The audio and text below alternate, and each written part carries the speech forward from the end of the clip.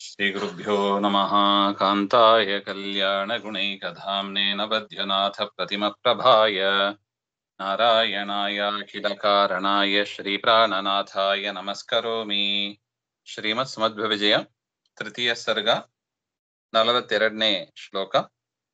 ಕರತಲೆ ಕಲು ಕಂದುಕವತ್ಸದಾ ಸಕಲಯಾ ಕಲಯಾ ಸಹ ವಿದ್ಯಯಾ ಹರಿಧರೇಣ ಸಮಂ ಸ್ಫುರಿತಂ ಗುರೋರ್ ಮನಸಿ ತಸ್ಯ ವಿಡಂಬಯತೋ ಜನಾನ್.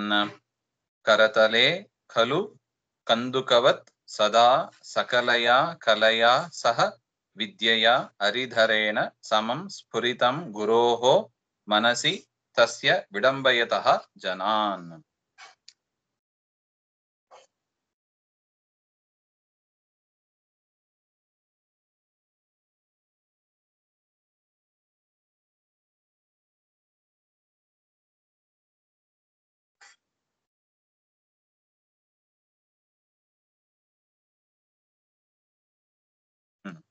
ಅಂದ್ರೆ ಹಿಂದಿನ ಶ್ಲೋಕದಲ್ಲಿ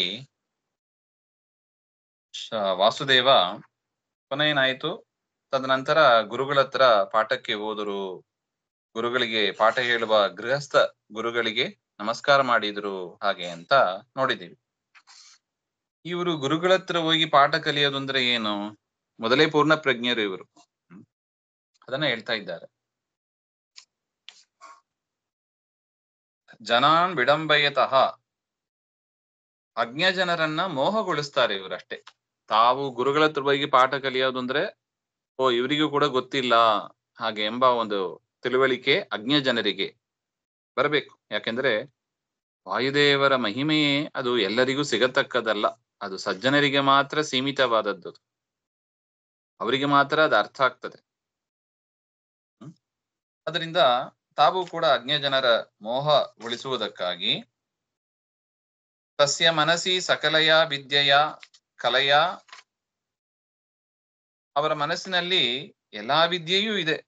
ತಸ್ಯ ಮನಸಿ ಸಮಸ್ತಯ ವೇದಾದಿ ರೂಪಯ, ವೇದಾದಿ ವೇದ ಪುರಾಣ ಇತಿಹಾಸ ಎಲ್ಲದರ ಜ್ಞಾನವೂ ಇದೆ ಅವರಿಗೆ, ವ್ಯಾಕರಣ ಇತ್ಯಾದಿ. ಅದು ಹೇಗಿರುತ್ತದೆ ಅಂದ್ರೆ ಕರತಲೆ ಕಂದುಕವತ್, ಹೇಗೆ ಕೈಯಲ್ಲೇ ಕಂದುಕ ಚೆಂಡನ್ನ ಇಟ್ಕೊಳ್ಳೋದು ಅಂತ ಹೇಳ್ತಾರೆ ನೋಡಿ. ಕೈಯಲ್ಲೇ ಚೆಂಡು ಇರುವವರು ಬೇರೆ ಕಡೆ ಹುಡುಕ್ತಾರೆ ಏನೋ? ಇಲ್ಲ. ಅದೇ ತರ ಮನಸ್ಸಿನಲ್ಲೇ ವಿದ್ಯೆ ಇದೆ, ಇವ್ರು ಯಾಕೆ ಹೋಗಿ ಬೇರೆಯವರ ಹತ್ರ ಕಲಿಬೇಕು ಹಾಗೆ ಅಂತ ಒಂದು ಪ್ರಶ್ನೆ. ಅದಕ್ಕೆ ಉತ್ತರ ಇಷ್ಟೇ, ಅಜ್ಞ ಜನರ ಮೋಹಕ್ಕಾಗಿ ಅವರು ಮಾಡಿದ್ದು. ಹರಿಧರೇಣ ಸಮಂ, ಪರಮಾತ್ಮನು ಕೂಡ ಹಾಗೆ ಮಾಡಿದ್ದು. ಕೃಷ್ಣನಾಗಿ ಅವತಾರ ಮಾಡಿದಾಗ ಸಾಂದೀಪನಿ ಆಚಾರ್ಯ ಹತ್ರ ಹೋಗಿ ಅಧ್ಯಯನ ಮಾಡಿದ್ದು. ಅದು ಒಂದು ಅಸುರ ಜನ ಮೋಹ, ಇನ್ನೊಂದು ಏನೇ ಆಗಲಿ ಗುರು ಮುಖಾಂತರ ಹೋಗಿ ಪಾಠ ಕಲಿಬೇಕು ಹಾಗೆಂಬ ಅದನ್ನ ಜಗತ್ತಿಗೆ ಒಂದು ನೀತಿಯನ್ನ ತೋರಿಸುವುದಕ್ಕಾಗಿಯೂ ಕೂಡ. ಅದರಿಂದ ಹರಿಧರೇಣ ಸಮಂ ಸ್ಫುರಿತಂ, ಪರಮಾತ್ಮ ಹೇಗೆ ಮಾಡಿದನೋ ಅದರಂತೆ ಪ್ರತಿಬಿಂಬ ಅಲ್ಲವೇ? ಪರಮಾತ್ಮ ಬಿಂಬ ಫಸ್ಟ್ ಜೆರಾಕ್ಸ್ ಅಂತಾರೆ ವಾಯುದೇವರು, ಮೊದಲು ಪ್ರತಿಬಿಂಬನೇ ವಾಯುದೇವರು. ಪರಮಾತ್ಮ ಮಾಡಿದ ಕೆಲಸಕ್ಕೆ ಅನುಗುಣವಾಗಿ ತುಂಬಾ ಕೆಲಸಗಳನ್ನ ಆ ಆಚಾರ್ಯರ ಚರಿತ್ರೆಯಲ್ಲಿ ನಾವು ನೋಡ್ಬೋದು. ಇದು ಕೂಡ ಅಂಥದ್ರಲ್ಲಿ ಒಂದು.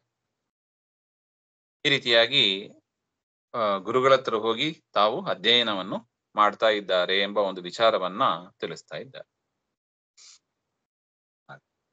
ಮುಂದಿನ ವಿಚಾರ ಮತ್ತೆ ನೋಡೋಣ. ಶ್ರೀಮಧ್ವಾಂತರ್ಗತ ಶ್ರೀಕೃಷ್ಣ ಅರ್ಪಣಮಸ್ತು. ಶ್ರೀ ಹರೇ ನಮಃ.